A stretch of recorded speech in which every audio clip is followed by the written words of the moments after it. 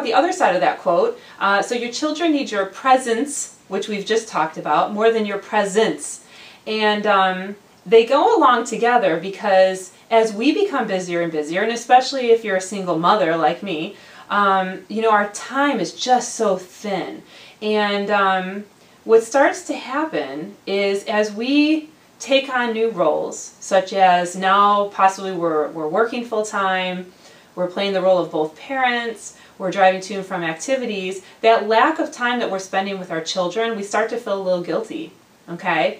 And the first thing that we feel we need to do is buy them something. Like, oh, if I just buy them something really nice, you know, they'll feel better about the fact that I was gone the last couple of days, or that I, you know, have been working late every single night in my room, or whatever the case may be. So we feel this urge to buy them things, or, you know, oh, let's, you know, I've been gone all week working double time and, you know, things haven't been going so well, so, you know, let me go ahead and buy you a new Xbox or something like that. It's something you've always wanted and you don't have. Children don't feed into that. You know, it may be an instant pleasure, like, oh great, now I got it, but they recognize the time that they're not spending with you. And that means more to them. The time that the time that they spend with you means so much. And the lack of time they spend with you, trust me, they know it and they feel it. And they can have all the presents in the world. You know, you want to buy your kids fancy cars, you want to send them on fancy vacations, you want to give them a big house and a big fancy room and all kinds of stuff.